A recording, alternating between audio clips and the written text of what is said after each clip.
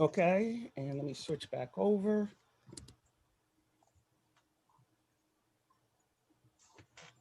to make you. Okay, and let me switch back over.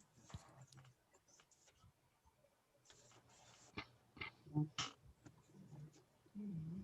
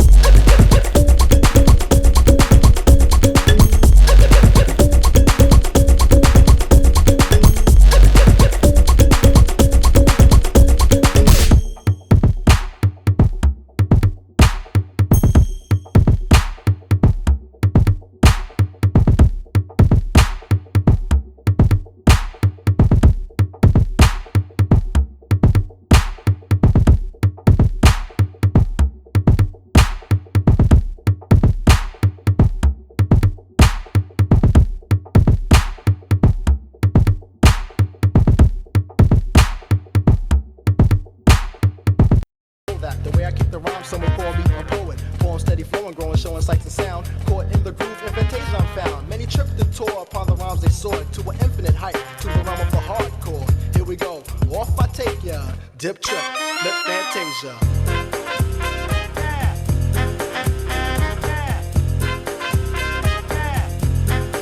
What's that? Bitty bitty bop. Yeah. Bitty bitty bop. Funky, funky.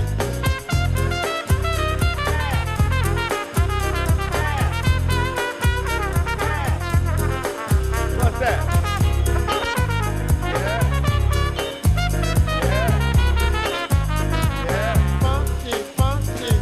Jump to the jam, boogie woogie jam slam. Bust the dialect, I'm the man in command. Come flow with the sounds of the mighty mic master. Rhyming on the mic, I'm bringing suckers to disaster. Buku ducks, but I still rock Nike with the razzle dazzle. A star I might be. Scribble, jabble, scrabble on the microphone. I babble as I fix the funky words into a puzzle. Yes, yes, yes, on and on as I flex. Get with the flow, birds manifest. Feel the vibe from here to Asia. Dip trip, flip fantasia. Ow.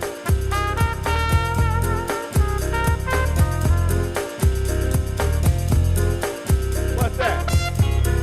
Bitty bitty bop. Yeah. Bitty bitty bop. Funky, funky.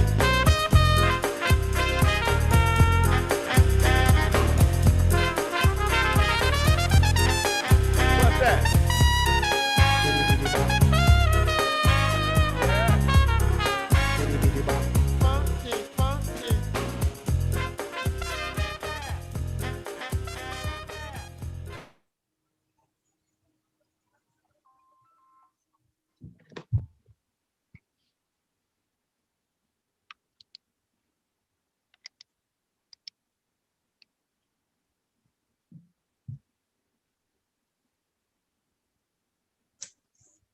Ladies and gentlemen, as you know, we have something special.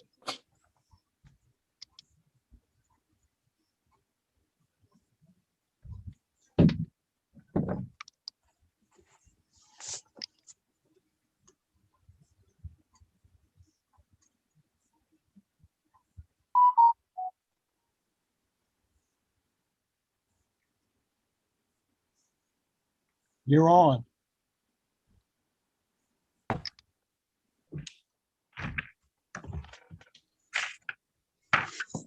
Greetings, everyone, and welcome. Thank you to each and every one of you for being here with us today. We are very, very pleased to be able to welcome you this year to our virtual Black History program.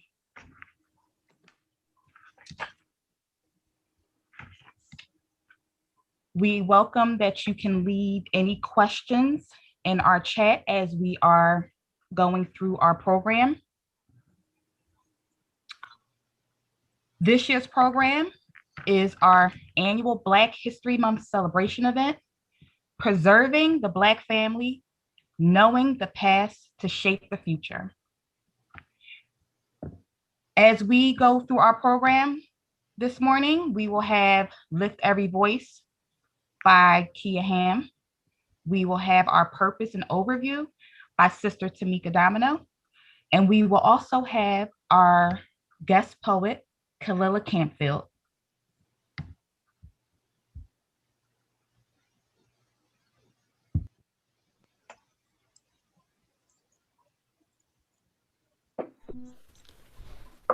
Lift every voice and sing till earth and heaven ring. Ring with the harmonies of liberty. Let our rejoicings rise high as the listening skies. Let it resound loud as the rolling seas. Sing a song full of the faith that the dark past has taught us. Sing a song full of the hope that the present has brought us. Facing the rising sun of our new day begun. Let us march on till victory is won. Ooh. Do-do. Ooh.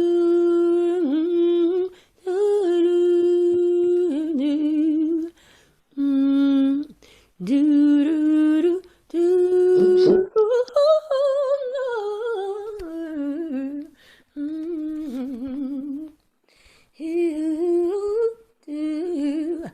Do-do.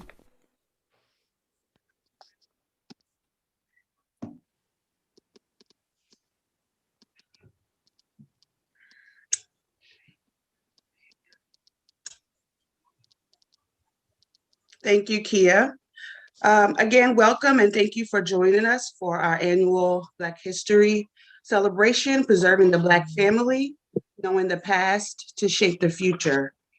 In celebration and recognition of Black History Month and in the true spirit of one of our organization's founding principles, the Sisters of the New Jersey Zuri Grad Chapter give you Preserving the Black Family, Knowing the Past to Shape the Future.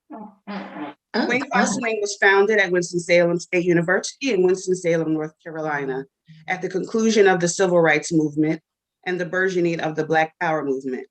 12 African-American women, with the help of their brother organization, Groove by Groove, founded Swing by Swing on April 4th, 1969, which was the one-year anniversary of the assassination of Dr. Martin Luther King Jr. At a time of social unrest, these 12 young women created an organization that would honor the trailblazers of the civil rights movement and their legacy.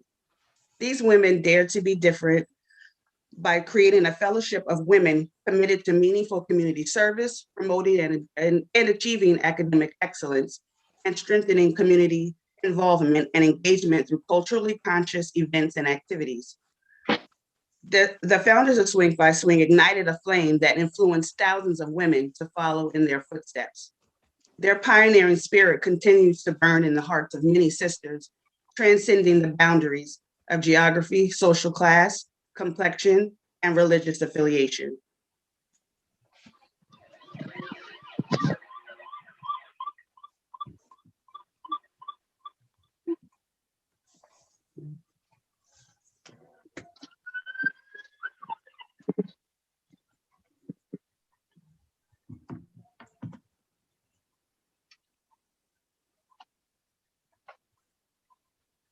I believe next we'll have our poem.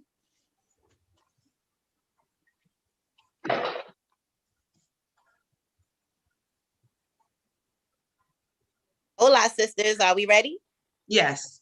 Okay, so real quick, just want to let you know I like a little interaction. So if you are in the chat and you want to show me some love, show me some hearts, do something. If you're on Zoom, make sure you give me some thumbs up. But I just want to do this one real quick. So when I think Sankofa, I think going back to the past to understand the future. And I think of my grandmother and her sisters and family gatherings back in the day. And it inspired this poem right here. So hopefully you like it.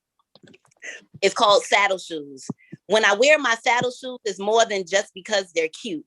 It's because I want to spend the day having conversations with older Black women about their youth and how some were forced to wear these low-heeled, casual black and white shoes, and they hated it because for some teenage girls, they had big old feet, and these shoes made them look extra long. Some tell me stories about how saddle shoes would make them and their siblings feel like they had it going on, especially if they wore them with folded over white bobby socks. Back in the day, saddle shoes cost $2 to $3. With that price, every parent thought they rocked. And so they easily became part of the school dress code, while others wore them with poodle skirts, ribbons, and big old hair bows. Where'd you get them from?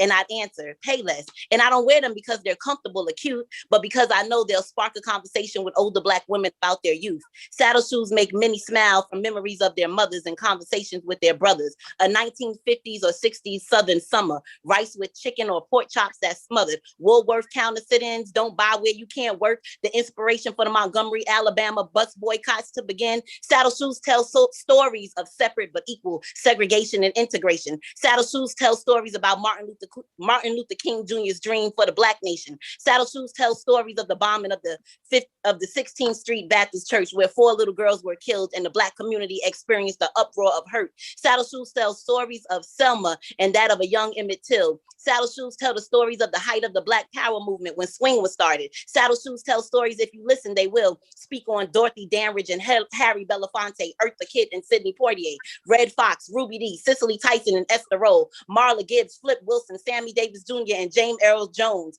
Saddle shoes will tell the story of how Black people stood out in places where they didn't belong. Saddle shoes will take you way back and tell stories of where we originally came from. That's why I wear my saddle shoes. It's more than just because they're cute. It's because I want to spend the day having conversations with older Black women that I too one day will be able to share with the youth. Sankofa, vintage, classic. That's why I love my saddle shoes. And that's that piece. Show me some love. Oh, wow, sister, that was great. Beautiful. Wow, that was so inspiring. Thank you, sister, for sharing your poem with us. And looking in the chat, everyone is giving you such good feedback and kudos. I'm just going to share a little bit with you before we move on. People are saying awesome, powerful, all the love. Yes, dope, love it, beautiful. That poem was awesome. Thank you. Thank you so much for sharing with us. Oh, they're still coming in. That's It's my amazing. baby. That's my grand fam. Go ahead, girl. Go ahead, grand fam. It's absolutely beautiful. Someone just wrote nice. It brought me back wearing them when I was small. See? I remember those shoes lovely. Wow. Very inspirational.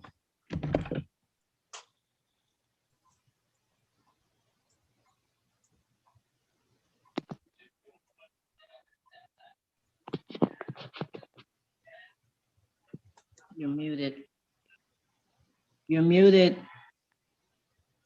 Sorry.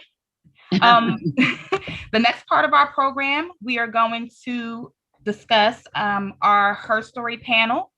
And I'm going to introduce myself first because I did not during the welcome. So my name is Leah Sample, and I will be your moderator for the rest of this program. And I belong to the New Jersey Zuri Oberon Abike IA graduate chapter. Next, we will have sister founder Marilyn Hill Reed introduce herself. Hola. Marilyn Reed Hill, sorry. Hola and good morning. I am Marilyn Reed Hill from the Groove chapter. I am one of the 12 founders of Swing Fi Swing, and it is my pleasure to be here today. Good morning. I am founder Patricia Story Edwards of the Groove chapter in Winston-Salem, North Carolina, and I'm happy to be here. I'm coming to you from Connecticut. Good morning. My name is Ebony. I am currently a member of the Central Carolina graduate chapter here in Durham, North Carolina, and went over at the Livingstone College spring of 2012. Hello, my name is Roysha Elm. I went over at Nahanda Bison chapter at Howard University, and it is a pleasure to be here, and thank you so much for the invite, sisters.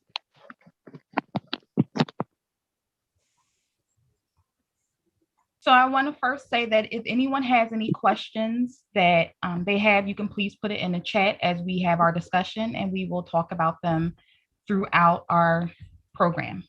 So, question for our panelists. This year, our theme is Preserving the Black Family, Know the Past to Shape the Future. In keeping this in mind, please share what pearls of wisdom were passed down to you, which shaped the person you have become. What pearls of wisdom would you pass on to the next generation? So the first one, what pearls of wisdom were passed down to you, which shaped the person you have become? Well, I'll start. I can say that I had a lot of prepping for life just by my birth. I am one of 12 children. I have 6 brothers and 5 sisters by the same parents, and 11 of us lived in the same house. So you can imagine what that must have been like. Fortunately, my parents loved each other, and they gave us a wonderful life. I was giving a close-up seat of love, respect, how to treat others, and education was very important to them. 8 of the 12 of us have college degrees, and it was important for us to be of service to others. My father was a pastor and my mother was a community activist.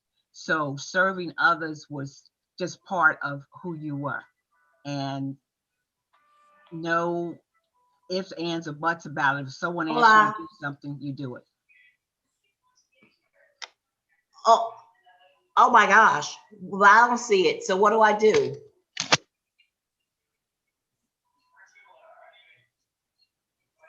Okay, so what do I do to stop it? Okay. Okay. Sure.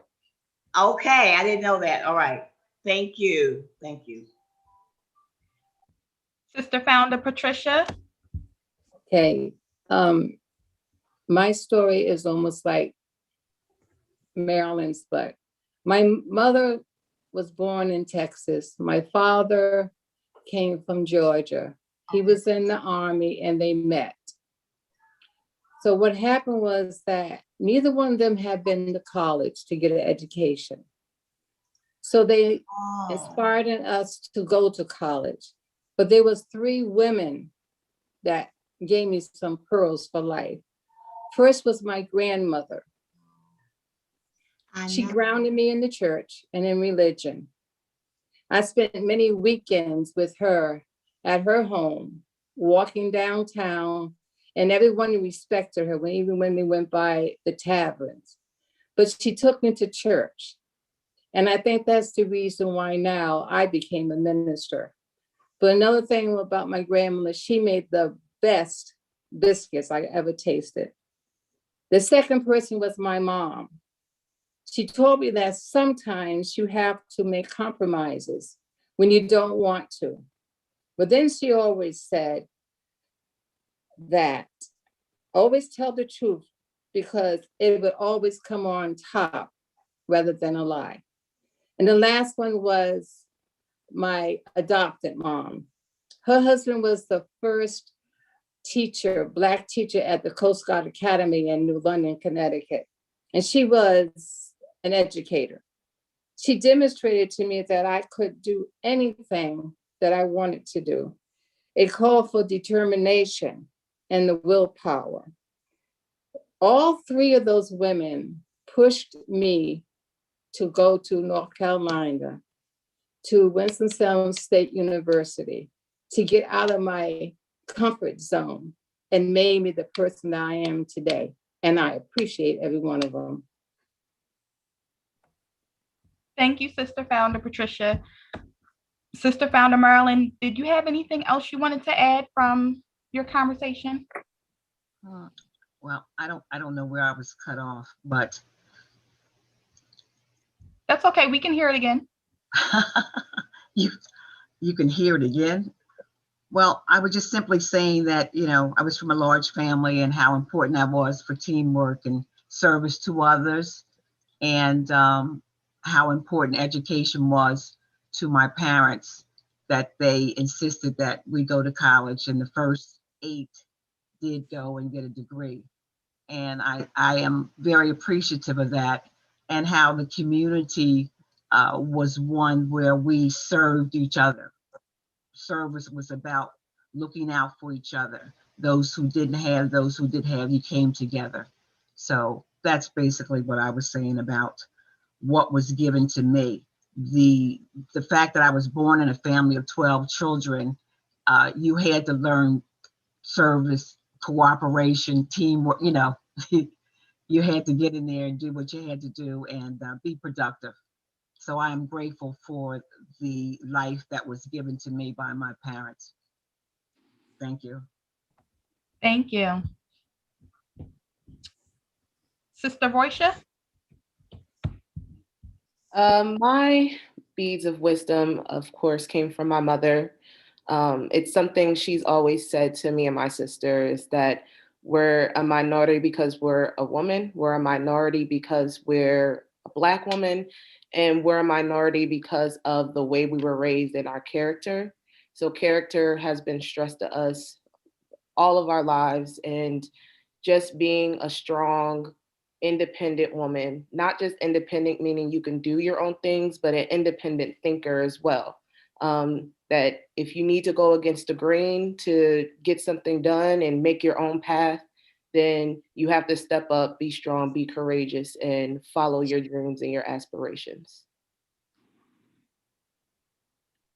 Thank you. Sister Ebony? Hola. To piggyback off of what my sister said, I agree 100%, and she really took the words right out my mouth. But to add with that, she always, in addition, said, treat others the way you want to be treated. So knowing that you're different, knowing that you're going to face certain obstacles that others may not face, that you're always going to have to sometimes put that extra effort in. And even when people along your journey may not treat you the way that they should or be as kind as they should, never take that away again from your character.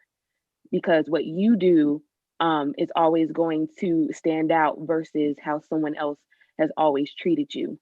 And I think that is another basis, with that being a part of our upbringing, is another reason why me and my sister chose swing, because it's just something that's been instilled in us from a very, very young, early age. So to be different, to go against the grain and still be successful, to still get an education, and to still know what it means to be an African-American woman and share the knowledge with other people, has definitely come a long way for us. And we're just proud to be a part of this organization and to be able to give back.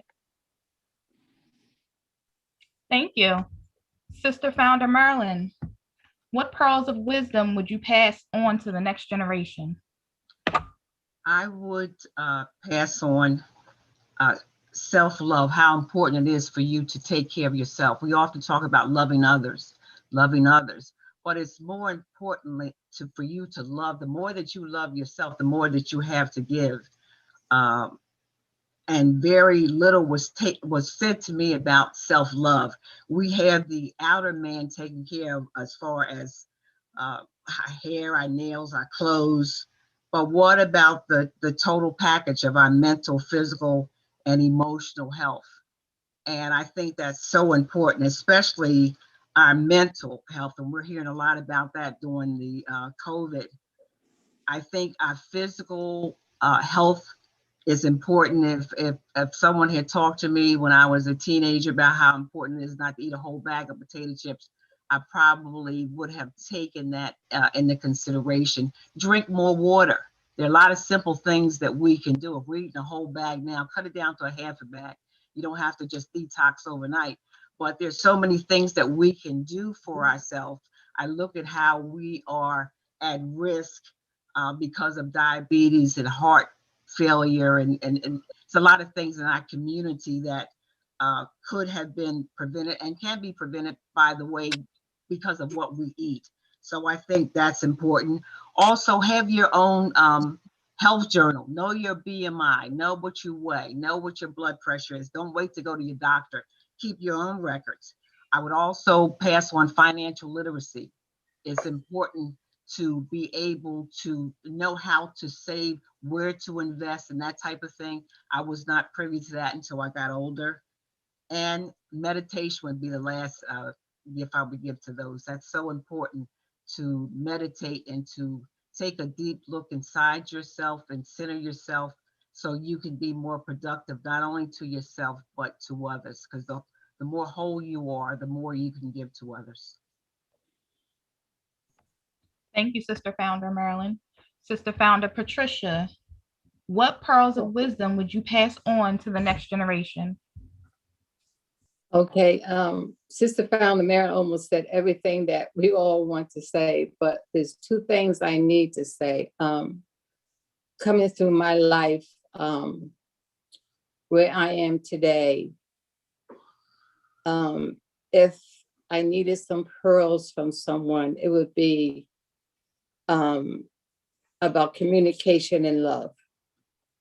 And I sat down last night to try to figure out this question, how to answer it. And I hope you get the gist of what I'm going to say. I wrote it down as a good marriage has to have communication and show love. It takes time for a pearl to be harvested from an oyster. If you want the pearl to be all that it can be, it has to be nurtured inside the oyster. We have to be nurtured so we can communicate with one another. There is also a need for love. Love in what you do, love in what you stand for, and love for other people. If someone had given those pearls a long time ago, it would have been easier for me during my whole life. I learned those probably when I was in my 60s. And now I'm in my 70s. So now that's what I try to give out now, to try to communicate to others and show love all the time. Because we don't know when we'll be leaving from here. And what they will remember is if you communicate with them and if you show them love.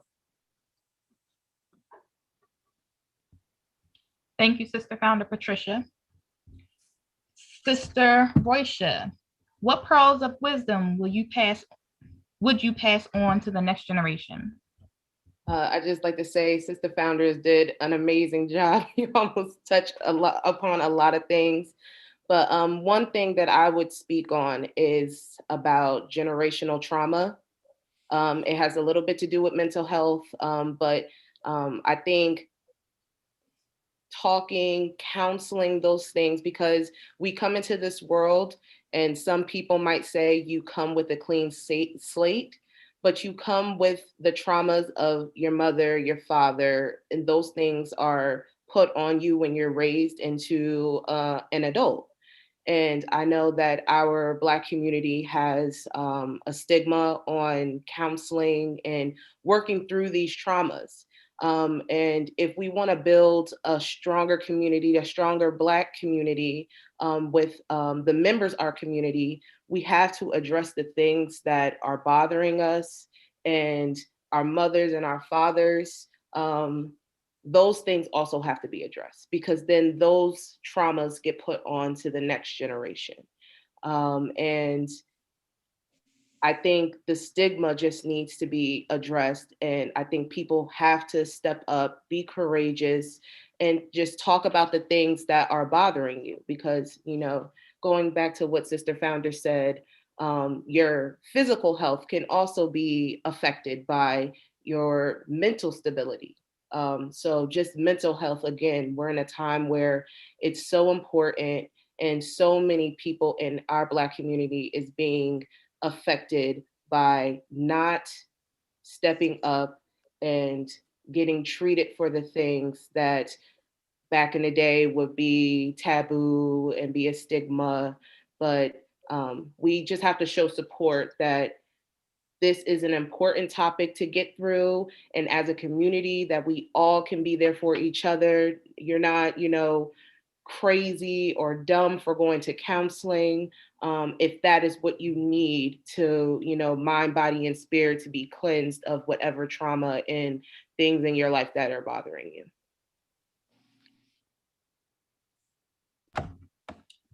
Thank you, Sister Roisha. Sister Ebony. Yes. Again, to piggyback, because I know I'm kind of at the end of the panelists, but all these sister founders have really touched on a lot. And again, to kind of piggyback, if I could give a gem to this generation, it would be, don't be afraid to go against the grain. Do not be afraid to set a path for yourself, even if it's not traditional. And with that, it comes from knowing yourself. I believe that at a young age, my mother treated me and my sister as if we were people, even though we knew that there was order, even though we knew that there was a hierarchy, even though we knew that this is my mom, there are rules in place, there are boundaries in place, but she let me and my sister both grow into our own person. And with that, it was never a set standard or a traditional way to do something. It was, if this is what you want to do you have a plan to get there? You know, you have my support, execute, you know, and if you don't come out successful, there was a lesson to be learned, and it was something that you needed to go through. And I would just encourage more of my generation to do that, because I believe with times changing and as world of technology, and we're getting into a different life and a different lifestyle, there will not always be a traditional way to do something. College is not always going to be for someone.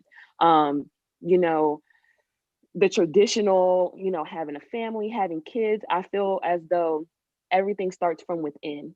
And the better you know yourself, the better you know where you come from. Again, knowing the traumas that you were born into, knowing how that has affected you, and knowing how to move forward and still preserve and still progress, and being able to share that with others, especially others in the Black community. You give someone hope that their path is their own. And even though it may not be traditional, they still have a way to reach their own level of success. So again, moving forward, knowing your body, knowing you as a person, how you strive, again, what your traumas are, things that you go through on a daily with yourself, coming to that acknowledgement, coming to those realizations, and making yourself better.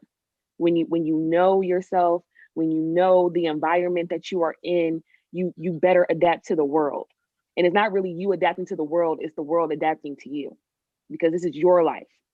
This is your life. You control it. You control every aspect of it. And when you know that and you feel it, you believe it, everyone around you strives just as much as you do. That's beautiful. Thank you, Ebony.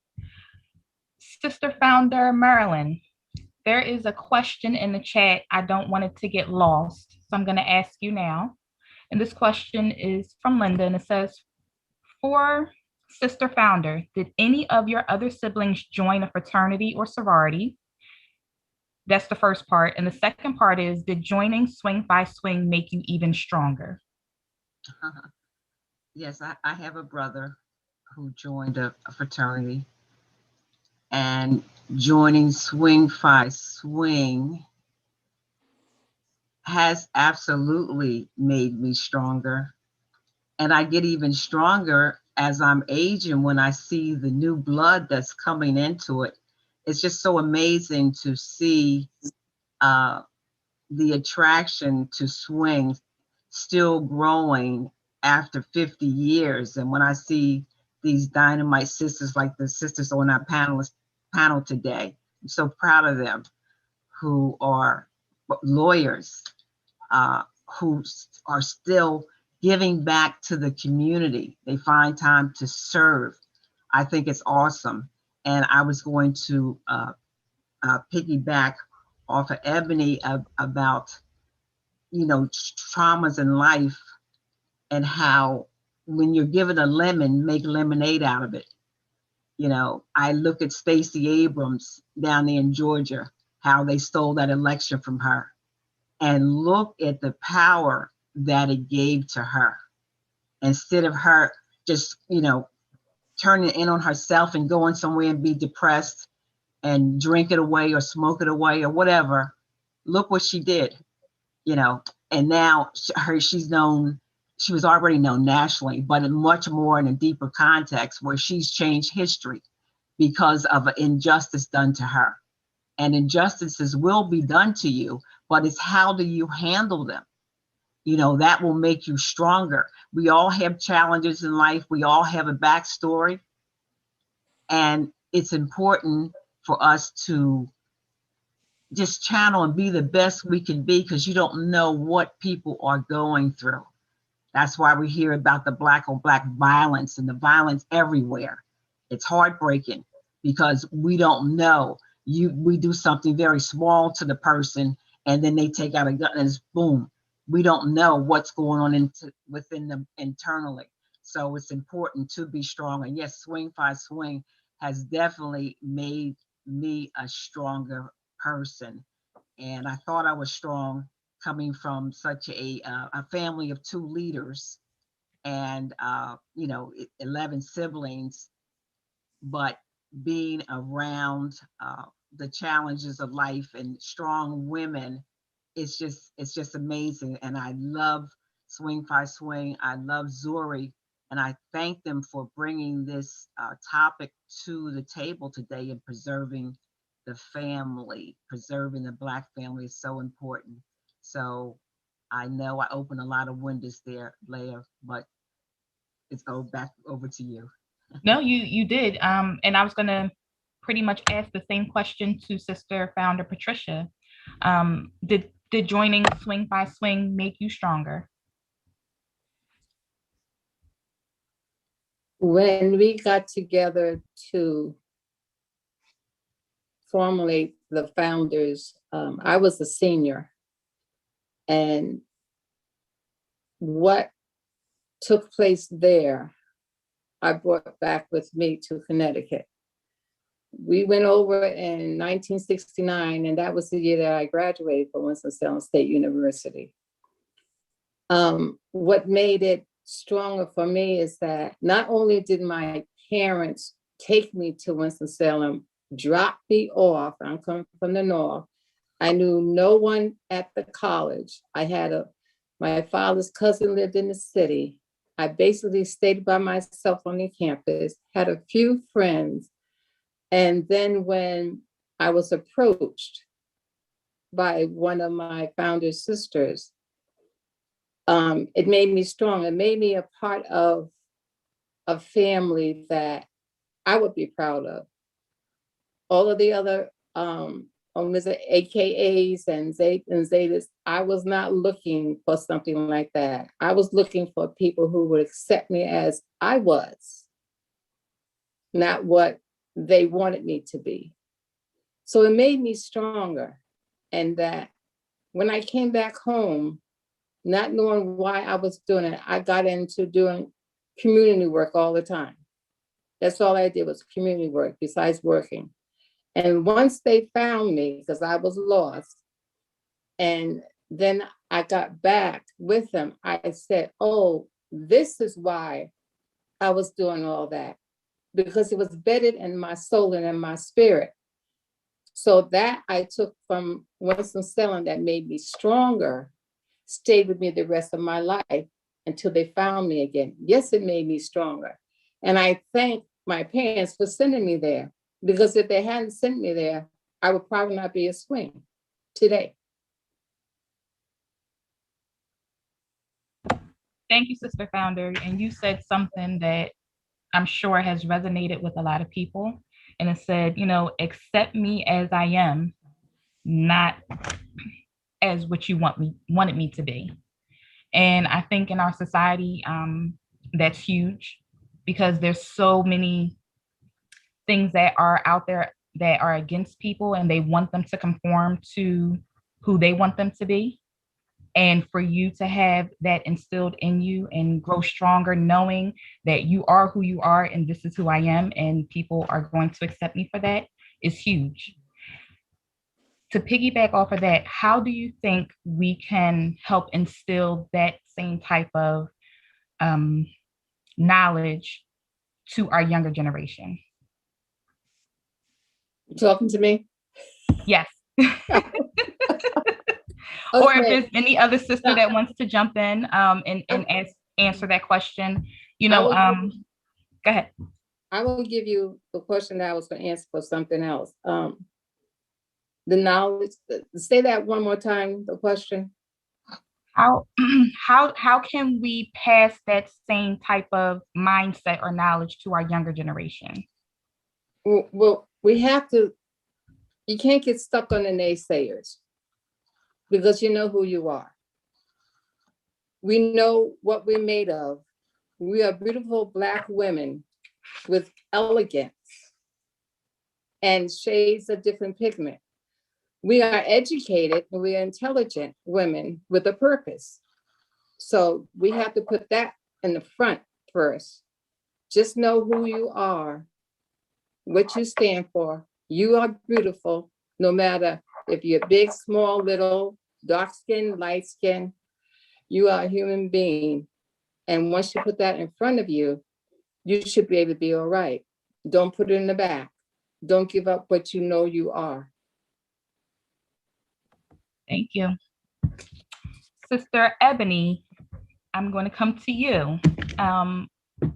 Has joining Swing by Swing made you stronger? Let me tell you. Come on with Swing, this, sister. okay. Swing has done wonderful things for me. And I went to Livingstone College. It was very, very small college. My sister would tell you, she went to Howard. It's a university, 2 different type of schools. Still HBCUs, but different. As big as my school was, you could walk the whole campus 10 minutes from one end to one end.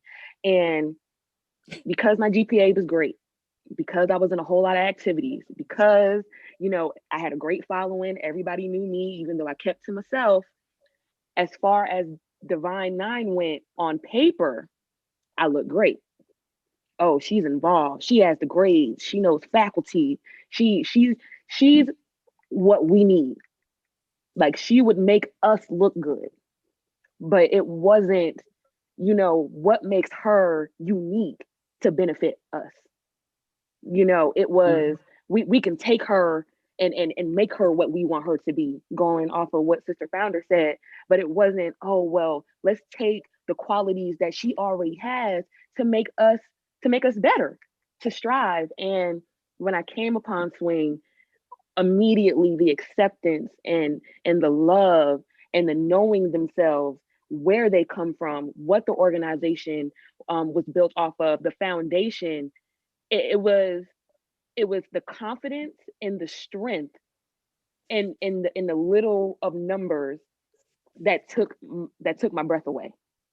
That 3 women, you know, in one organization compared to 15 in another can embody as much confidence and be as strong.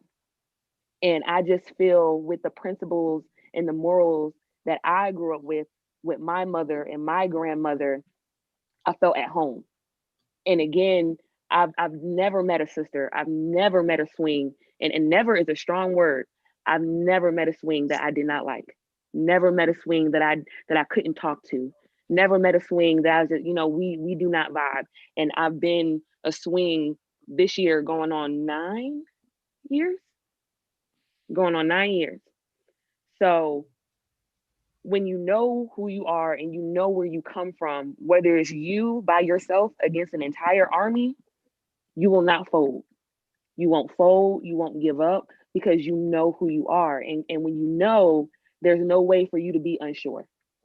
When you know and you're confident in yourself, where you come from and what you're built off of, there's no way for you to fold, and you're able to pass that along. You're able to let your cup flow over into others. And I already felt that there was a powerfulness in me, but to be a part of this organization that thrives off of the things that I thrive on in my personal life and me as a person, it just makes me so much stronger. I can't talk about swing without being passionate, without getting emotional, without, you know, feeling that passion, because I know I probably wouldn't experience it anywhere else. Like this was made for me. And my chapter at Livingstone was founded on my birthday. So my birthday is April 15th, and the chapter that I went over with in undergrad, that's my birthday. So things just line up, and God has a plan. And if I could do it all again, do it over again, and I crossed by myself, I would do it again the exact same way, no regrets. Wow, beautiful. Wow, that was powerful. Thank you for sharing. Sister Roisha, same question. Did joining Swing by Swing make you even stronger? Well, I have a mini story because I felt like swing found me because like my sister said, I did go to Howard University. We did not have an active chapter there. My sister was already a swing, and I was walking on campus, and Howard University has a groove tree. And there was a girl in front of the groove tree with a white and black jacket on. And I was like, those are my sister's colors. I've always supported my sister in joining swing because I believe in her judgment, and whatever she's passionate about, I know she's going to give it 100%. And something in me told me to walk up to this girl and just ask her, like, hey, my sister, I think my sister's in your organization. Her name is Ebony. And she was like, I know Ebony. Oh my gosh, blah, blah, blah, blah, blah. So I'm like, well, let me call her. And I called my sister, and they knew each other. And I just thought, how can that be when I go to Howard University, where most of these organizations are founded, and my sister's organization doesn't even have a tree here. And one of her sisters is on the yard. And the sister who was there, she just opened her arms to me and was very warm and inviting, and just, you could feel just love. And I'm not even a part of this organization. And after that day, I was interested in swing, and my sister helped me, you know, get into the right hands and the resources to try to, you know, activate the chapter back. And a year later, I wound up getting the chapter back activated at Howard University with my line sister. But like I was saying, being on a campus where most of the organizations and the fraternity and sorority life is just so strong there. Oh, I see the chat. The organizations are so strong on Howard's campus. It's hard to do something different. I'm the type of person, like we've been already stating, that I've been taught to go against the grain. But you have just this strong presence and subculture telling you that what you're doing isn't normal, it's against the norm. And for me, that made me strong in knowing that, don't go with what everyone else is saying. Go with your heart, go with the feeling. And similar to what my sister was saying, swing is a feeling. It's like open arms. It's like a warm hug you get from your mom when you're going through something. These sisters relate to you. They want you to strive. They want you to succeed. And not because you're number 55 on a line and you just have to. It's because they feel that deep down. And it's so much love poured into the organization that these sisters also mold you and they shape you as a person and they make you stronger.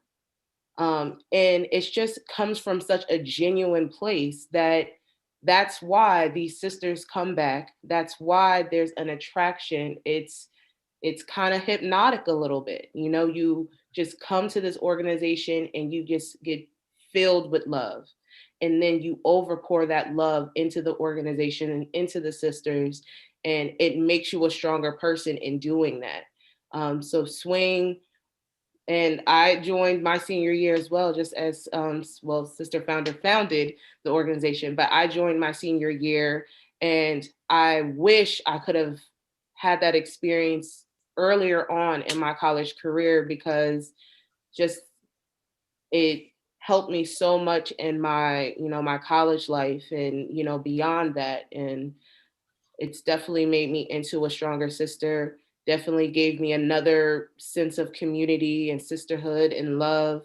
And I love my Swing Phi Swing. Amen. Thank you for sharing, Sister Roisha. And what I would like to say is, summing up what all of our panelists are saying is, our theme is preserving the Black family. And based off of the answers to the questions that were discussed here, a lot of things were brought up about, discussing trauma, knowing financial, knowing you're, being financially literate.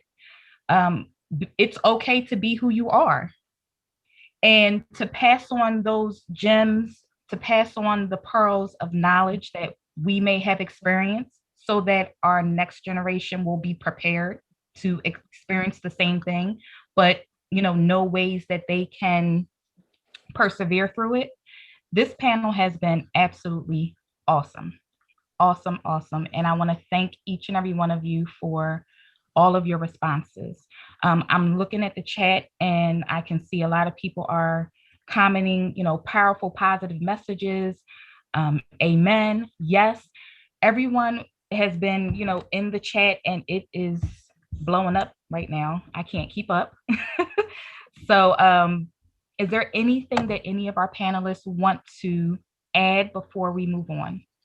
Anything that anybody said that sparked something that you just want to, elaborate more on?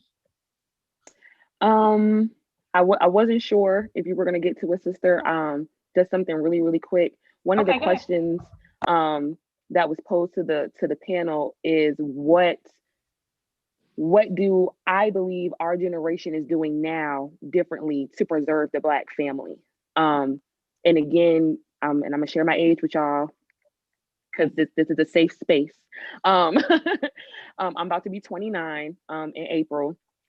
And just some of the things that I talk to my colleagues about, that I talk to my peers about, other grooves and swings that, are around the same age as me, we're looking into more wealth, generational wealth, ways that we're letting our money work for us, that we're not somewhere working for it, and really trying to pass down gems to our own families. So what that looks like is investing.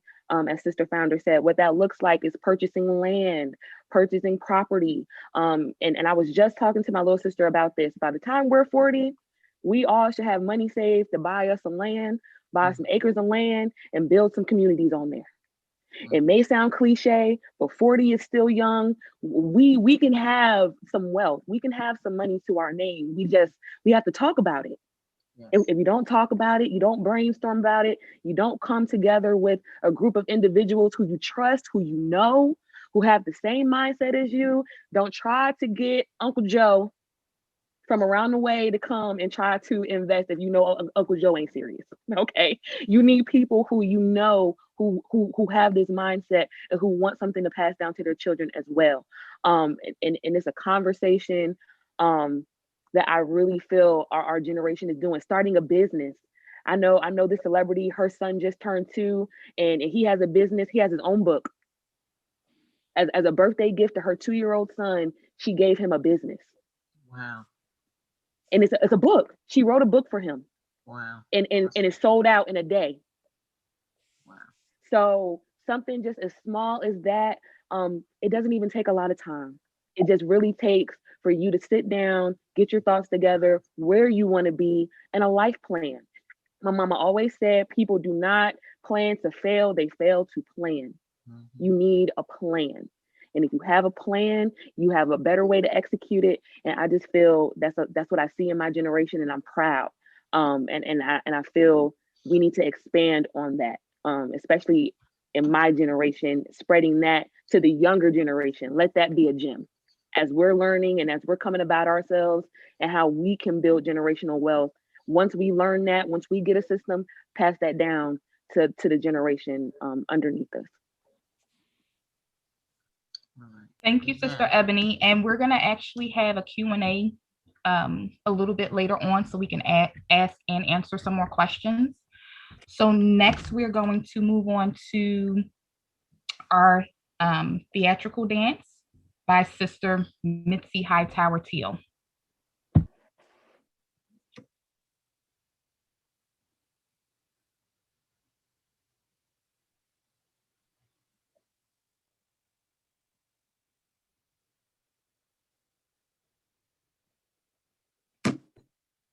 Of the woods on the south side. South side.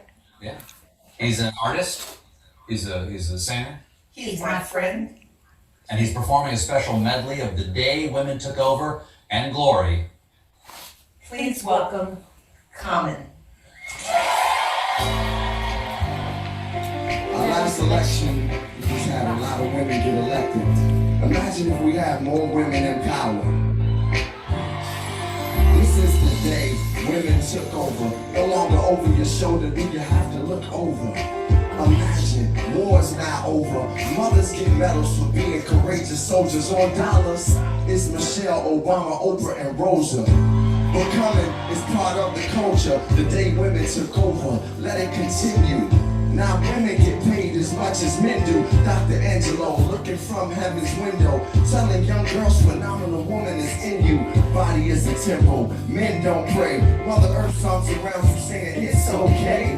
Toilet seats down, that's a no-brainer. Monuments in Washington, a Fannie Lou Hamer. Harriet, soul dreamers, truth is marching on. Women preachers and world leaders ain't out the norm. On the Stephen Colbert show, this is the story. The day that women took over, the God be the glory. One day, when the glory comes, it'll be ours. It'll be ours. Hey, one day, when the war is won, we will be sure. We will be sure. Hey, glory.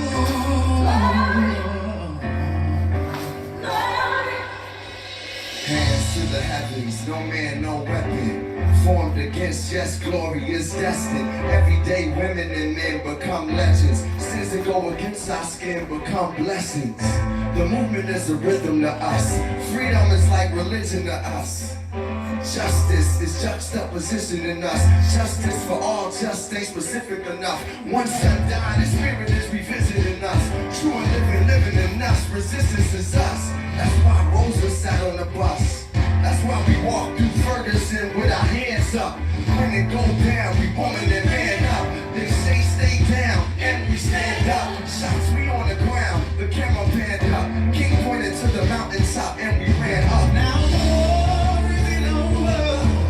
Victory isn't won. People fight on to the finish, and when it's all done, we'll cry.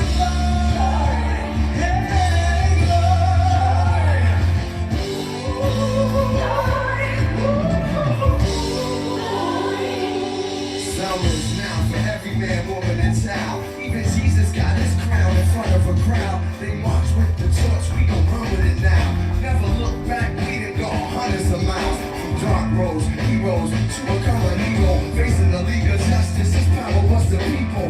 Enemy is lethal, the king became Rego. Saw the faces your coat under a bald ego. The biggest weapon is to stay peaceful. We sing, our music is the cuts that we bleed through. Somewhere in a dream we had an epiphany. Now we right the wrongs, the history. No one can win a war individually and take the wisdom of the elders. Young people's energy. Welcome to the story we call victory. The coming of the Lord, my eyes have seen the glory. One day, when the glory comes, it'll be ours. It's ours, America. It's our world. Hey, one day, when the war is won, we will be so sure. We will be so sure. To God be the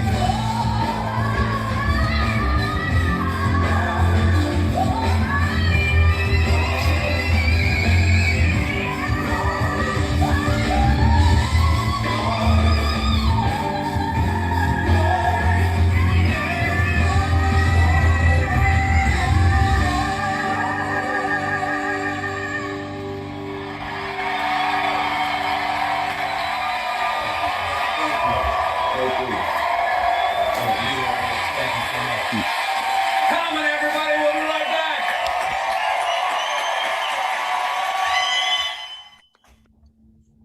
My name is Rashana Quadri Muxen. I would like to thank Mitzi Hightower Teal, Stephen Colbert, Common, and Michelle Obama.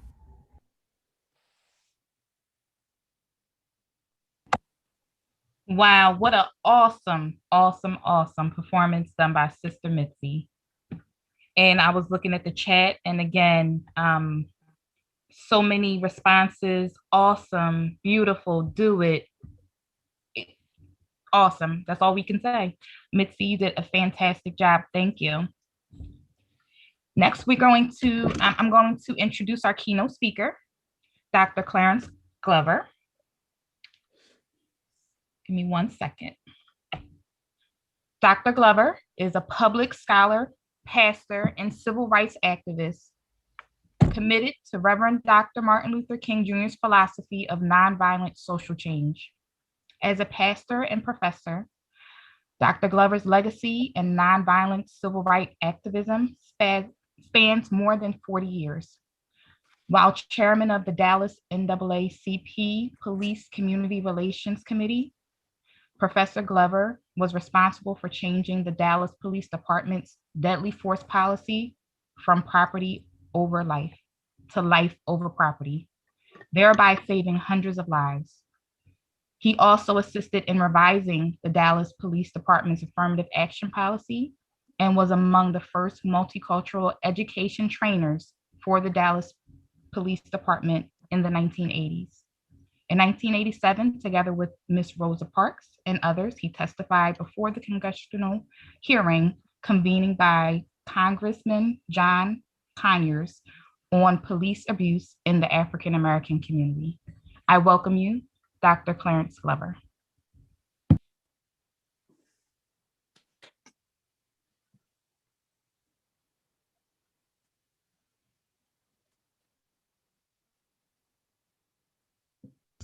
Oh, excuse me. Unmute. Can you hear me? Yes, we can hear you. Thank you. Yes. To all of my sisters of Swing Fight Swing, first I would like to ask for the permission from the sister founders for permission to continue to speak. Yes. Thank you, my sisters. Hola, Jumbo, and all of the greetings of our native land. We give you thanks for this opportunity to be a part of this fellowship. I've heard so very much this morning. My cup is flowing over. To my cousin, Tamika Domino, the sole founder and the pioneer of Swing Fight Swing at Grambling State University. Thank her for extending this invitation and being with you today. And but before I move on, I want to, in the spirit of Swing Fight Swing, Groove Fight Groove, I was at Grambling State University when they came to the campus back in the 70s. And I'd like to suggest that a different approach, not just the Black family, but I see images of Africa even in your symbolism and your language. And one of the things that I seek to promote as pastor of First African Freedom Church and other places is that as a people, we must not simply engage in an identification of color. We must also engage in an identification of culture so that we go beyond the symbolisms of Black and really begin to understand what it means to be African and what it means to be a Black African, because we know that the continent is a vast continent with shades of all colors now and citizens of all colors. So as we come into this conversation this morning, this is truly a conversation. I feel like at this point, I'm going to continue the conversation by only adding some points that we might discuss or have a question around. But I'd like for to introduce by letting us hear the vibrations of our motherland. Feel the origins and the beginnings of swing. Yes, swing, the move, the groove. Yes. In the beginning was the beat. The beat was the rhythm of God. And the rhythm of God became the harmony of humanity. And where there is harmony, there is peace. So the drum speaks. It speaks to our soul. It speaks to our mind. It speaks to our feet. It moves us. Yes, it moves us. So in that spirit, I ask that you would join me at wherever you are to clap to the beat. Clap, join me as we are African people.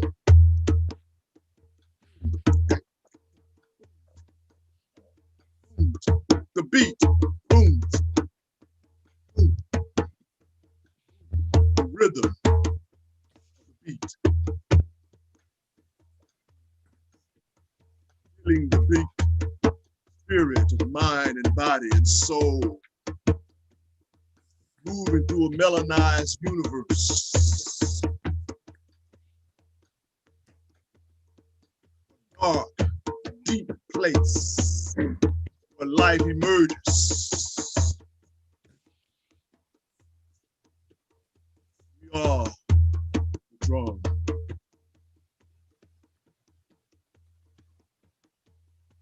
We are the beat.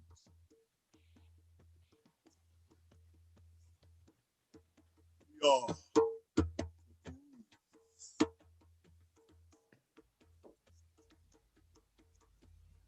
We are the swing.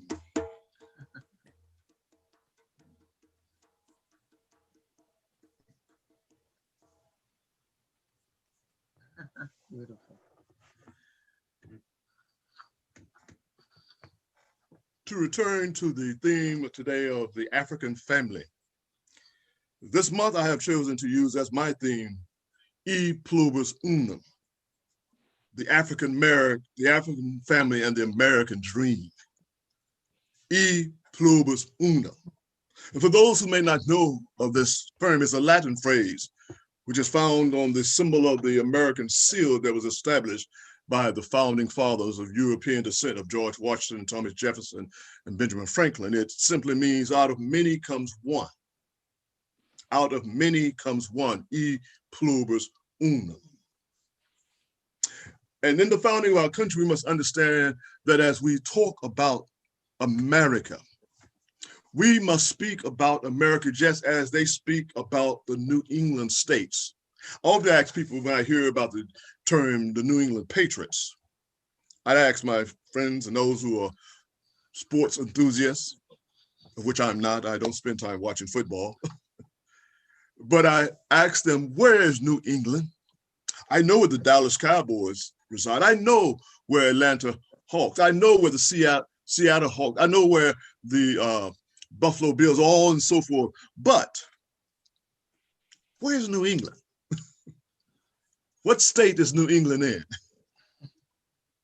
I submit to you, those of you who are up on the East Coast now, who live in the New England states, the New England area of America, of Rhode Island and New York, Massachusetts, New England. But have we ever thought about New Africa?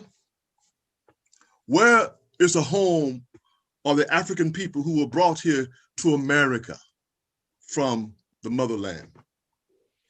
A land where we had families who were intact, families that were established, families with structures, the village, the communities of relationships. Submitting to you today that when we speak about the African family, we do speak about a system where we had support, the village, the council of elders, unlike America where we become, now I'm 65 and we basically put our elders away, or we began to put them away. In Africa, our elders had a primary seat in the village, so that when issues would rise, they would come into the council, because there you had the council of elders. Then you had the parents, the young men and women who were raising their children, the next level. So we go from elders, council, to the parents, to the children. And then you had the neighbors, the relatives, should I say, who helped to raise the children, and the neighbors who helped to raise the children, and the friends. And so therein lies a structure in which the African family was able to deal with so many of the things that any other society would deal with, as we've been talking about this morning, trauma. How do we get over some of the issues of life? Because we go back to the elders. We go and hear the stories. We listen to the drumbeat. We hear the stories of the griots. We are able to deal with life because we dance together. We sing together. We're able to go back and relieve ourselves because we move and release this pain and this energy by moving and clapping our hands and shouting. And we become a healthy people.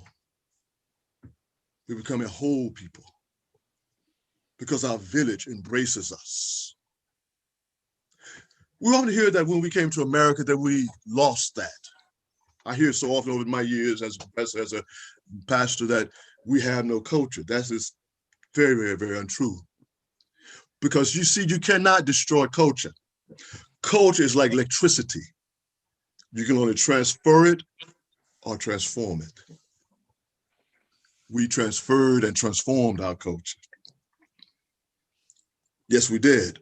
And in spite of that, we were able to live. One of the things I've done, I have a picture today. This is my family in Ghana, West Africa, the Glover family. Yes, the Glover family.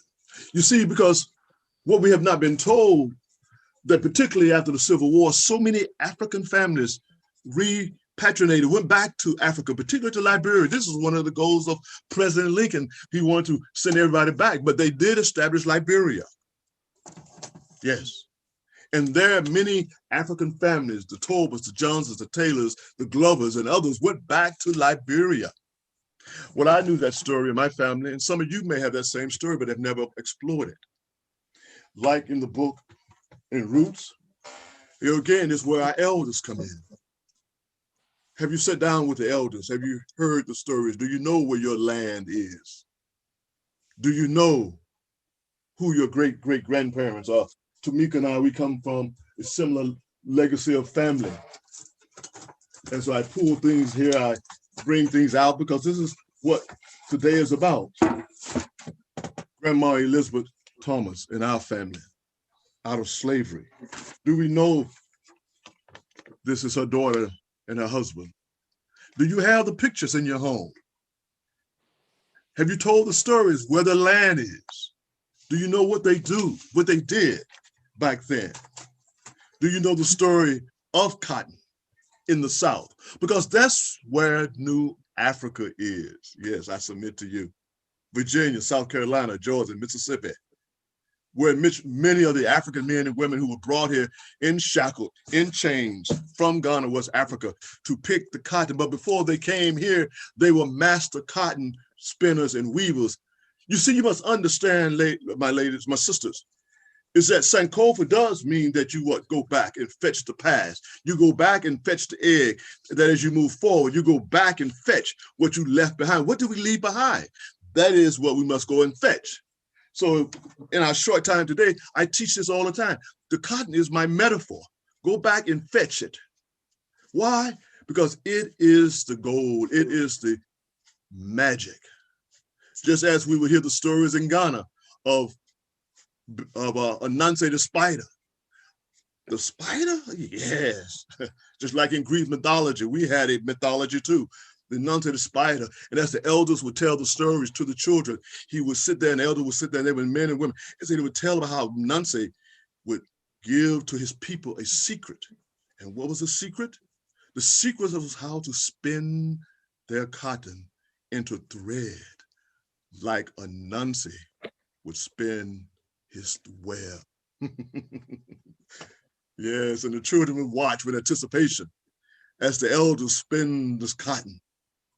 And as the elder talks, the children's eyes would get larger and larger as he told the story that the power of the people, yes, in Bonwe, the Ashanti people. And it goes even deeper. The people who migrated from Central Africa, from Egypt, who came over from Jerusalem. Yes, the people who knew of the principle Jin Yah Mi, Yah, the God of Abraham, Yah, hallelujah, Yah, kumbaya, come by here, my Lord, come by here. We tell the stories and we sing them, and they come with us to America. And those stories then become a part of the thread of our people. Yes, the thread of our people now. Strong, resilient. Each fiber has now become one thread and is able to withstand trauma and tragedy. And so it is our answer. And I never like to throw it away. If I had it, I would give it to one of you today, sister founders. But what I do, I put it on a pencil or a stick or whatever I have at the time, and I make a spool of thread. Now, what does this all mean? This means that we brought to America the knowledge of cotton. And after we had built the nation on the East Coast with Thomas Jefferson and others with tobacco, sugar cane, cotton was then made king because when Eli Whitney patented the cotton gin, not invented, then they brought more of us here. Yes, they brought more of us here through shackles, the chains. And a part of our healing, I submit to you today, is our ability to hear, to see and feel, to touch our history, to know our history.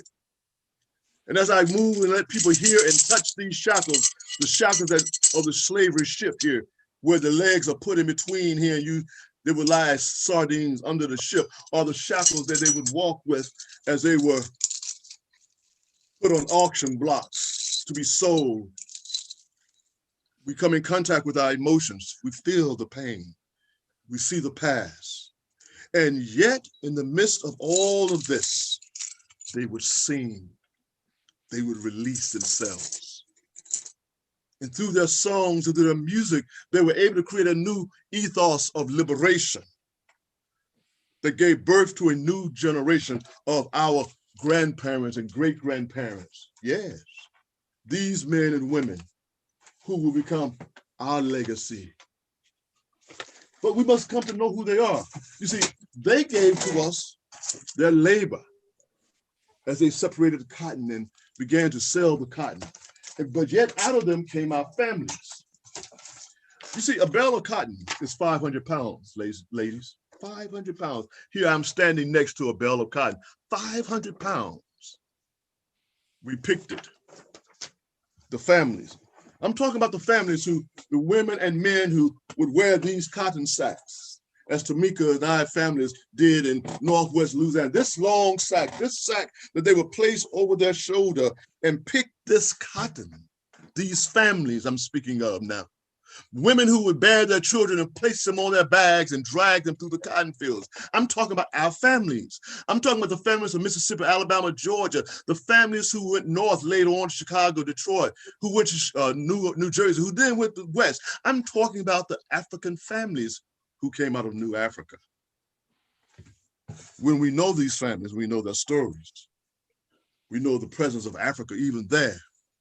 Because we see the symbols they left behind us. The women would quilt their quilts and the men would draw the symbol of the Adinkra. The Adinkra, inside of windows, doors, which means reaching back to the past. The past and the future are equal. These are stories. These then become our realities. For me, they have been shaped by my movements in the community of activism. I submit to you today that there's a difference between service and activism. I submit to you that Swing Fi Swing is not a service organization. You are an activist organization. Born at the height of the activist movement in America of 1968, 1969, to the death of Dr. Martin Luther King. At the height of the civil rights movement, before many of you were born, Swing Fi Swing was born out of the crucible of Black power. Swing Fi Swing was born when Mrs. Rosa Parks sat down for us to stand up. Well, out of that, for me, was my journey with Mrs. Rosa Parks. Yes. Who I testified, worked with, who she taught. She was my council of elders. Do you have your council of elders? What do you learn from them?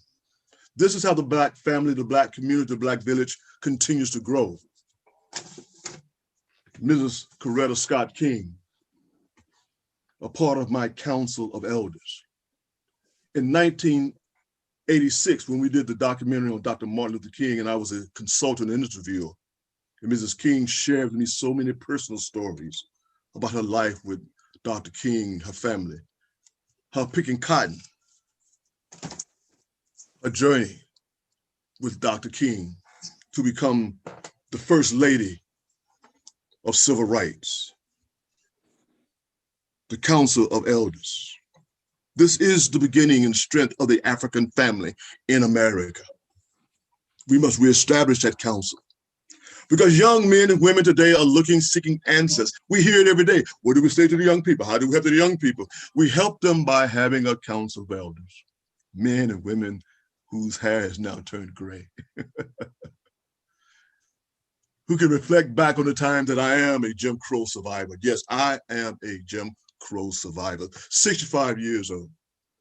I remember separate water fountains. I remember going to the back of the bus. I remember not being able to ride the bus. I remember the days of not being able to go into places to eat because of the color of my skin. I remember not being able to go to restaurants. I remember my father saying, yes or no, son. I remember Reverend Harry Blake getting beat by George Dartois and Shreveport being pulled down on the steps of Little Union Baptist Church. I remember when the 4-year-old girls were bombed in Birmingham. I remember those days.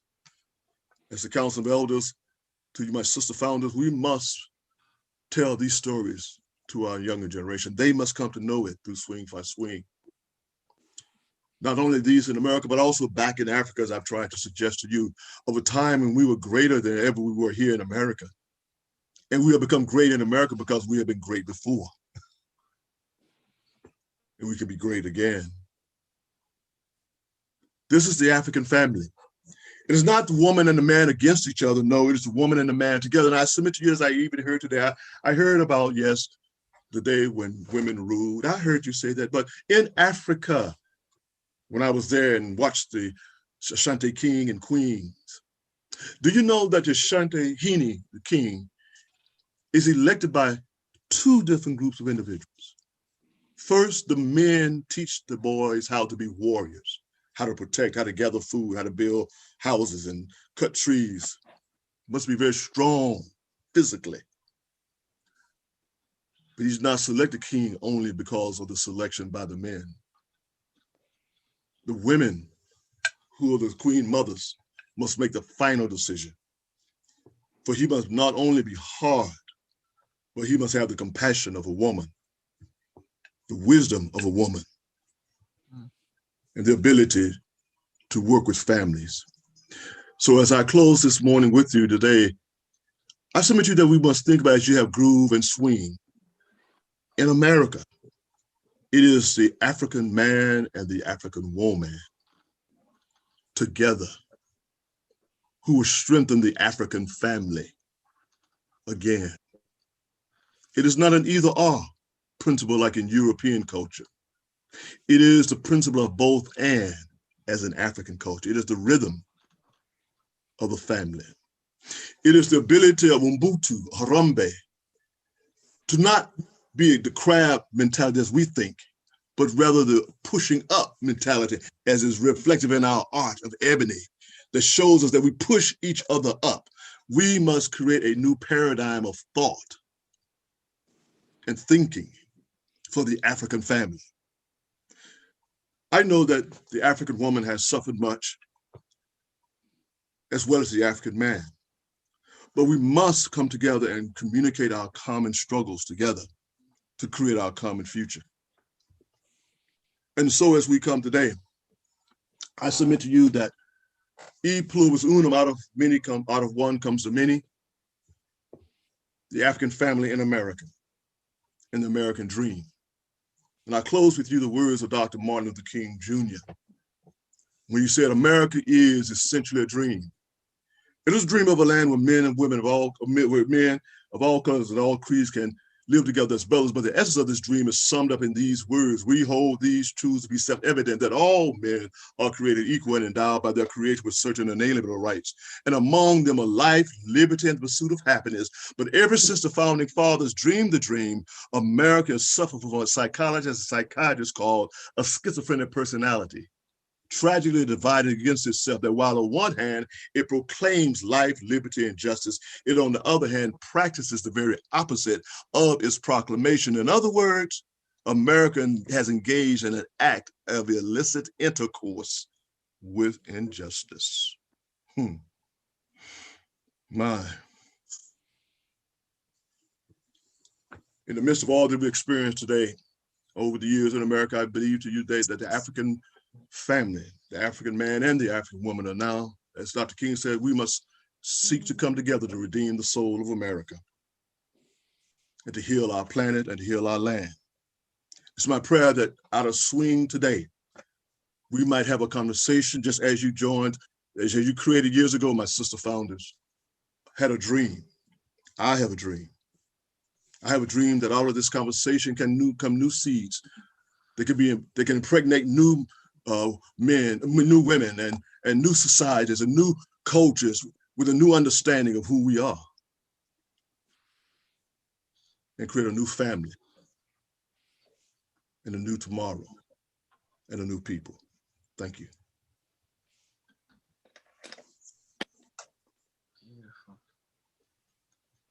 Wow.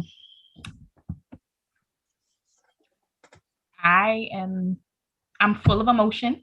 And looking at the chat, so many other people are too. A lot of people are clapping. Thank you. What I can say to you is what you just spoke to us was powerful, dynamic. It has, the wheels in my head turning, so I'm sure everybody else's. There are two things that resonated with me, and it was Council of Elders, which a lot of people also chatted about, and the rhythm of the family. And I think that's where we will get back to getting our families back on track and preserving the Black family moving forward. So I thank you. We all thank you. And we really are encouraged by your words. Are there questions?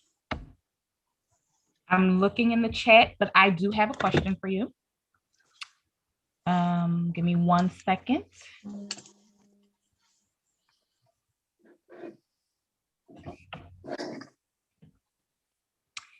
One question is, do you remember something from your youth that you were doing progressively to maintain and preserve the Black family?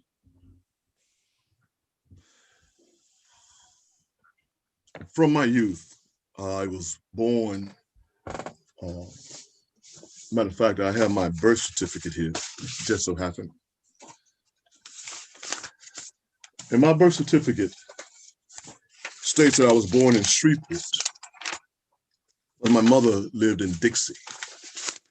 We lived on a cotton farm. And from the time that I could remember, have memory of my life, I was in the middle of a cotton field with my great-grandfather, my grandfather, my great-grandmother, my great-grandfather, my grandmother, grandfather, and my mother and father were teachers. And I lived with them in the cotton field. We were owners of our own plantation, had our own workers. That's another story that we don't talk about, the after reality of African men and women who owned land in America, many who did. That was, and this has been my life. My second home is still back there in that cotton, in that area. And I say that because as I heard you speak about your generation seeking to want to know about land and buying land and investing in land and generational wealth, etc., that there must be those of us who have the stories of our land, as I heard the stories of the land from my elders. And so by doing, we're able then to truly engage in Sankofa. We truly enable engage in reaching back and fetching what we left behind, because if we don't have something to go back to us, someone to talk to us, then there's nothing to fetch. This is the problem of today. There's such a gap between the generations, which is not an African thing. In the African tradition, there's no gap. We must create the bridge. We must create the relationship. We must talk to each other. We must not be a generation of hip hop alone that does not speak to grandmother, grandfather. We must understand that hip hop's mom and dad was named doo-wop and bebop. That there's a root for the music. It is a genre. You see, that the next generation may create a new genre of music, but it's all connected. And we communicate with each other. So that is my memory. So my memories go back to my elders, sitting at their feet on the mourners bench at church. How many times do we now see parents, young African parents, bringing their children to church, putting them on the mourners bench, shouting, saying, praying for them, knowing that at the age of 12, we were taught that the sins were on you because now you have become responsible for your own sins. I was taught that. Oh, by the time I got to be 12, I had to know God for myself. We don't hear that anymore. Think about what kind of society you create when a child doesn't realize that he or she is responsible for their own spiritual self now. So we must go back and reclaim those elements. And we who are elders, and I'm an activist elder. I've been an activist teenager. I've been an activist in college, at Grambling, at SMU, at Harvard.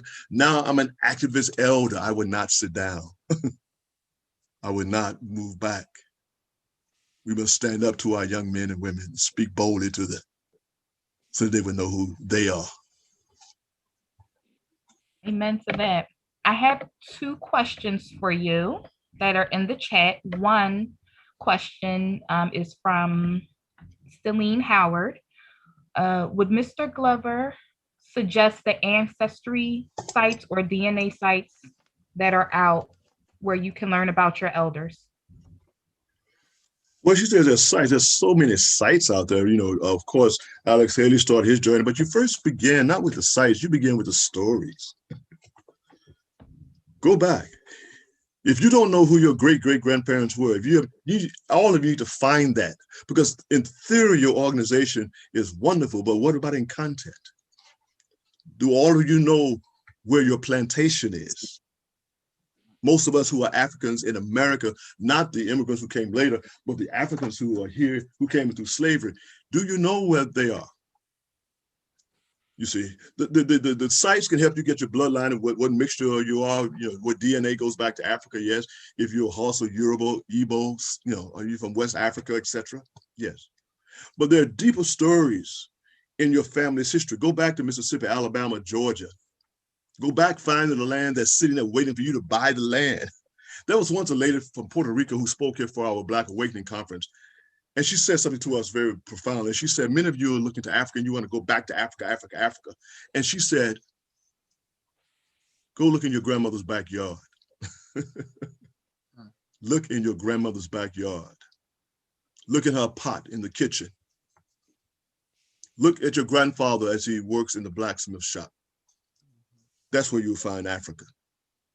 And then I saw a message that what we can do then is create the context of a rites of passage. And if Swing Fi Swing does not have a rites of passage, it should have one. So that you are ritualizing the story. You're taking the young men and women and you're saying, if it's the young women alone, if it's a young men, if Groove has the men and you all have the women, fine. But somehow you must ritualize this information and then pass it on and then celebrate it once they have what? Arrived. Just as you do in your pledging.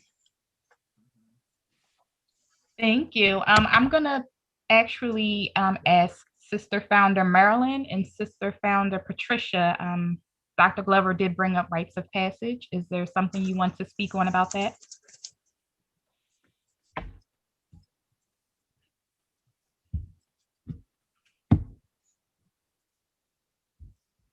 Marilyn. We do have a rites of passage, but I think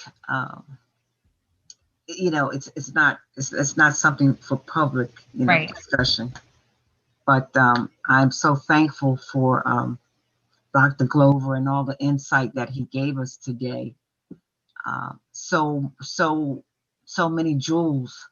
I had a question for him about the Council of Elders. Can they come to you in your dreams? Oh, certainly. Because we do not die. African people don't believe in death. I don't teach that in my ministry because our ancestors taught us. They said we don't die, we pass away. We are surrounded by a great cloud of witnesses. I believe that. When we say that my grandmother's over there waiting for me, I believe that. I not just believe that, I know that. I know that spirit cannot die because when my breath becomes the wind, then my spirit is free. This is a physical temple. This is a physical flesh. And to many people it sounds kind of, ooh, scary. But that's what we brought to this country. We brought that deep mysticism and spirituality. We must reclaim it now and embrace it. In what you just stated, I heard what you said. Yes, you have a rites of passage within your organization, which is the secret order of your organization. All groups do. But what I'm speaking about is the public rites of passage of the man and young boy and girl into manhood, into woman. No boy, no girl should ever, that's our problem in our community. Our girls have not been brought into womanhood. Our boys have not been brought into manhood. That is a public ceremony. Okay. Now, the rites may be private, as you take the boys or the girls off into the woods or into places and you all speak, because only you can speak to a woman. I cannot speak to a girl. I do not know what it means to become a woman. But I can speak to the many young men and young boys who are 9, 10, and 11, who they know Professor Freedom as, me at KKA, Professor Freedom, because I take the chains off your brains so your minds can work. I take the chains off your brains so your mind can work. I take the chains off your brains so your mind can work. So I work with the boys in my gentleman's class because I take all boys to become gentlemen. I'm preparing my young men to become gentlemen. Are there any ladies ready for them? So you see, if I am preparing boys to become gentlemen, because I teach them how to be a man, a weapon, to hunt, to gather. Texas, we're in the cold now. Who goes get the grocery? The man. We're in the cold. Who goes and get the wood and the water? The man. Who makes the quilts that keeps us warm at night? The woman. But have you taught her how to make any quilts? Have you looked up grandma? Have you found grandmama's quilts? Have you seen the symbols? Have you kept the pieces of clothes that you would put? Where's your bag of rags? Ooh. Oh, where are your bags? Oh yeah, she knows what I'm speaking. But those of us who are old enough, the women's bag full of what? Rags, torn shirts. The rag lady, have you met her? Have you seen her lately? Have you picked your pieces and kept them to put them together for symbolism and beauty? while I'm out chopping a tree. You see, when a woman gets pregnant and enters 5 months of pregnancy, in Africa, we say that a boy or a man must cut trees. Because while she is giving birth to creation within her womb, he is creating a home from the trees that he cuts. Yeah. We must do these things, and your generation, my generation, we know. I see you now. You know what I'm saying. You feel it. Absolutely. Yeah. I don't have to even say anymore. But we have not done the work. That's right. We've not done the work. And before we leave, my mother, who's my elder in a nursing home, many of us whose parents are 80 and 90 years old, but you and I, we are the active elders now. We're not doing the work. And that's why I say I call upon Swing for Swing and others today to impregnate us with this knowledge, with this information, to expand what I've said, what you all have said, so that we can now speak to this generation. While they were out protesting in Dallas, I went out to the protest and stood with them. And people saw me stand on the side with my mask. I wasn't marching, of course. I'm 65, I didn't want to get bundled. And people saw me and said, who is that? I got the D magazine. Who is that man? Who's that elder over there? All I got to do is lift my hand as they march forward in prayer. And then when they ask me questions, to give them wisdom, as Mrs. Rosa Parks gave to me, as Mrs. King gave to me, as Dr. C.T. Vivian, as John Lewis, Congressman Lewis gave to me. The two mentors on the day they died, both the same day, my mentor, Congressman John Lewis, and Dr. C.T. Vivian. And then I called Dr. Bernard Lafayette, Congressman John Lewis's roommate, my council of elders. Thank you. Thank you, Dr. Glover. Is there anyone else on our panel who has anything they would like to share? I do have a question. Professor Freedom, you spoke on the treatment of the African man and African woman. And just as a younger person, I just feel that there is a disconnect between our generation's African man and woman. Do you have any insight on how we can kind of bridge that gap to be active in trying to preserve African families today? I don't want to put it on the elders not being active in teaching us. I want to be proactive and try to, bend and do what I can to preserve this generation's African family. Do you have any insight on that? Certainly. Your generation, with counsel from us, what I've got to say to you, you must not let others control your music. You are enslaved today because of your music. Music is very powerful. We are the rhythm. We are the people of the music, the songs, the banjo, the kora, the tunes. The word music, the banjo is an African instrument. You know that. It comes from Africa. It is the child of the kora of the calabash, just like this. It is a drum string instrument.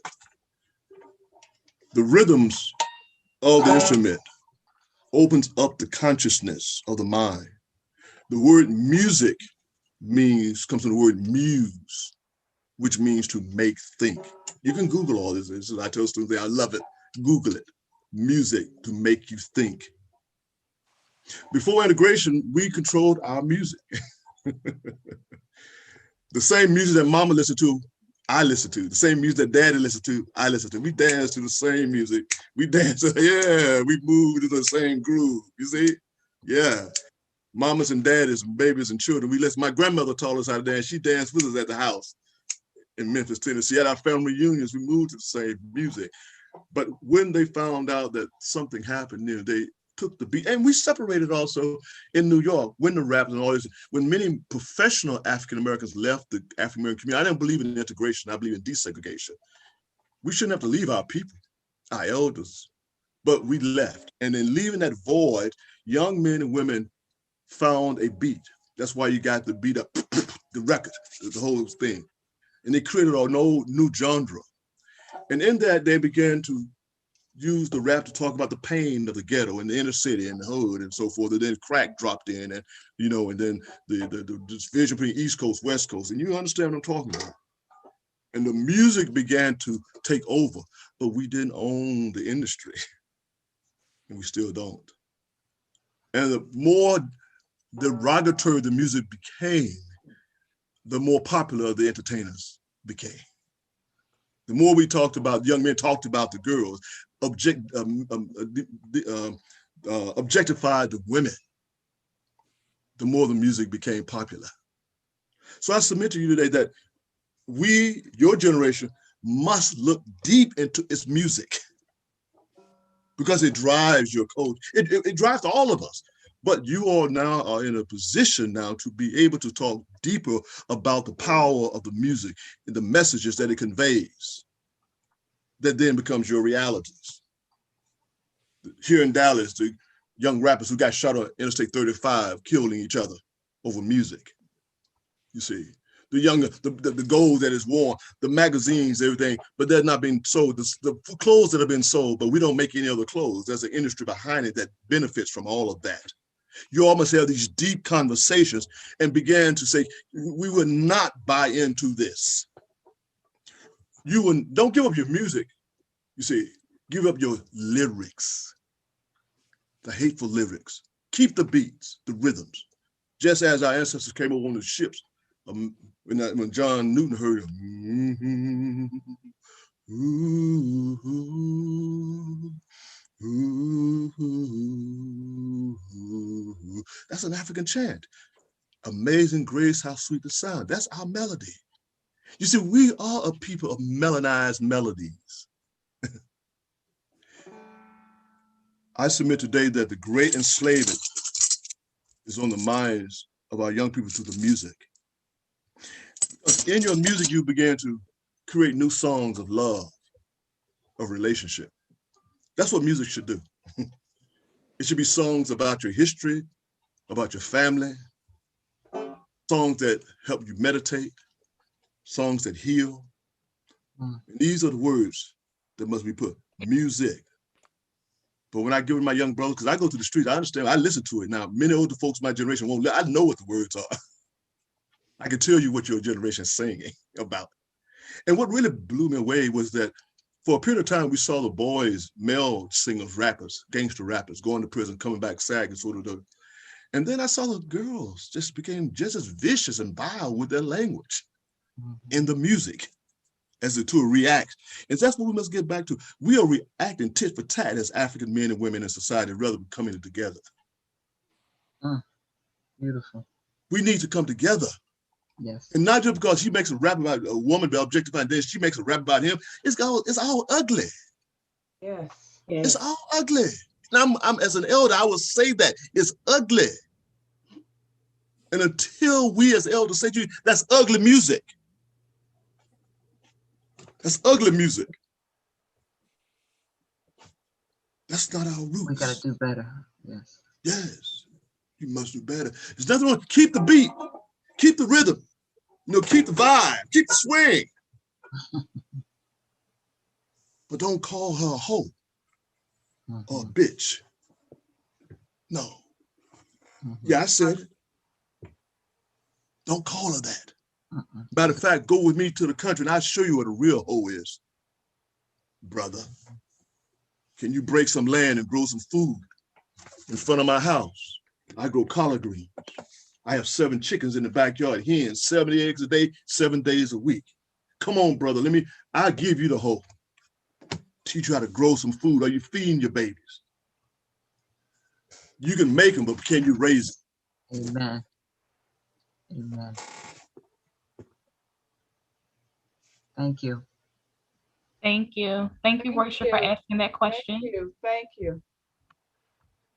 Thank you to all of our panelists. I'm now going to turn it over to Sister Tanya. Oh, if there are any future comments, you have my email. I'd like to give that to you because I would love to hear from you. And my email is Clarence Glover Jr., C-L-A-R-E-N-C-E, Clarence Glover Jr., Jr., no periods, at AOL.com. Again, that's Clarence Glover Jr. at AOL.com. And you can certainly email Clarence Glover Jr. at AOL.com. My website is www.sankofaeducationservices.org. My cousin Tamika Damon, thank you. Mickey and all there, thank you so much. This is a movement for me. I am an activist, not a service. This is activism. Peace and power to the people. Amen. Sankofa Education, www.sankofaeducationservices, www.sankofa, S-A-N-K-O-F-A, Sankofa Education Services.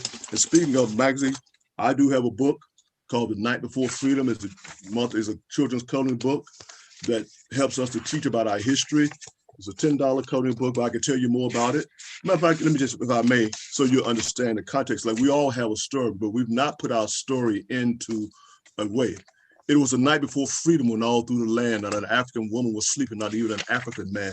The children were snug and warm in their beds while visions of freedom rushed through their heads. Older men in their best dress and me in my suit had just sat down for a bowl of hot gumbo soup. Then out on the street there rose us a chatter. I sprang from the table to see what was the matter, and what to my weary eyes would appear but a man named Frederick Douglass with a long white beard. And at the back, how many African countries can you name? So this is an attempt to teach our children at an early age our story. You can write more, for more information, you can write me about it. We'll talk later. Peace and blessings. Thank you. Thank you, Dr. Glover. And now we'll turn it over to Tanya Burton, Sister Tanya Burton. Wow. Amazing, amazing, amazing, amazing. That's all I can say. I am full, and the overflow is going to flow and flow and flow, and you can help this flow as well. We have this on YouTube. We have a YouTube channel, so we will be resharing this link. So for those who might have missed it or missed the first part, or if you just want to go back and get some of these jewels that was dropped on us today, you know, because there was a lot. I didn't get a chance to write down everything, but what I get, you know, about being part of Swing by Swing is all about sisterhood. It is a passion. It is what is jewels that will be passed on to the next is generational. I heard this through everyone. Everything is generational. It is up to us to ensure that the future is bright by going back. I mean, did you see how you did that cotton? I don't know if y'all really pay attention to that cotton there. It was a small piece. It was just a small piece, and it grew. It grew and it grew. And so that's how we need to be as sisters of Swing by Swing, as African Americans, as Black, our culture. We need to grow. We need to keep pulling on that legacy line and making sure that it goes in so that the next person that comes up can take a hold of that end of that cotton. I'm not going to preach. I'm not going to go in because I am done. I'm done. We can talk about this. We could go on and on and on. But I love it. Thank you for sharing that. I saw that. I saw the symbolism there with that cotton, and it tugged at my heart. And I'm like, I'm ready. As you as my elder, I'm ready to take hold of that little end and continue to pull it. I'm ready to pull it. I'm pulling it. I'm pulling it. And so thank you for that. I want to thank my awesome committee members, Mitzi, Tamika, Rashana, Rachel, Dorothy. Thank you, ladies, for putting up with my madness at the end of saying, okay, am I forgetting anything? Thank you, Wayne, for stepping in and helping with the technology aspect of it. Thank you, all the panelists. And most importantly, thank you, all the attendants today, for showing up and listening to her story and listening to the panel discussion and listening to how we need to make sure we're like that bird, go back, pick up that egg, but still move forward. Don't get stuck in the past. You got to take that egg and move forward and take the end of that string. thank you once again for joining. I believe we have a video. Do we still have that video? I'd like to before? be able to say to you, I Mhm. look forward to speaking in other places through the technology. And I hope that you will start a movement so that I can share this information throughout the nation for our people. Absolutely, absolutely. This is not going to be the last of this type of conversation that Zori is planning on having. We will have other topics that we would like to discuss in the future, and you avail yourself. We would love to have you come back, as well as anyone else that's on the panel. Ebony, Rosha, I look forward to seeing your name up on a big building where y'all will have your own law firm. I am speaking this into existence for you. Amen.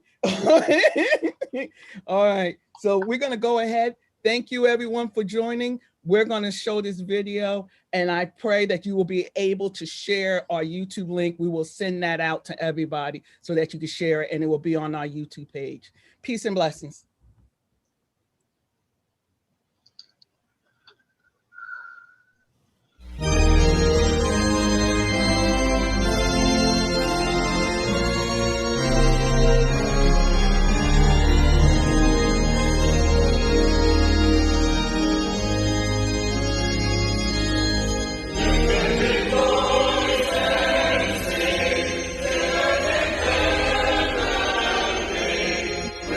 Come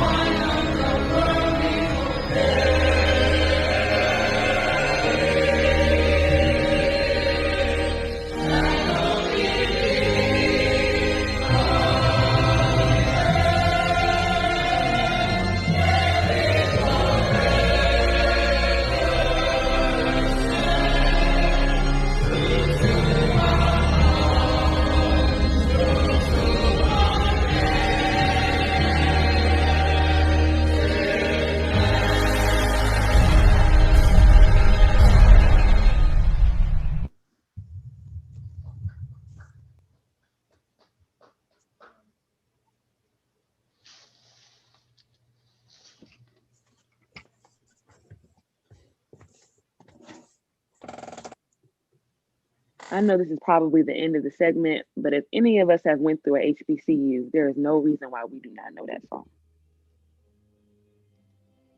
Love it. Thank you. All right, Wayne, did you stop it? Yes. Okay. Tanya, did you want to meet with the committee for a moment after, or you want us all just to go? Y'all can just go. I I need some time. Thank you. We will pull up Awesome, later. awesome. Thank you. Your dancing was. I am so proud of you, ladies. This was the best of the bestest. Oh, wow. Love you all. Awesome Yes. job. Great job. And thank you again, Awesome. Professor Glover.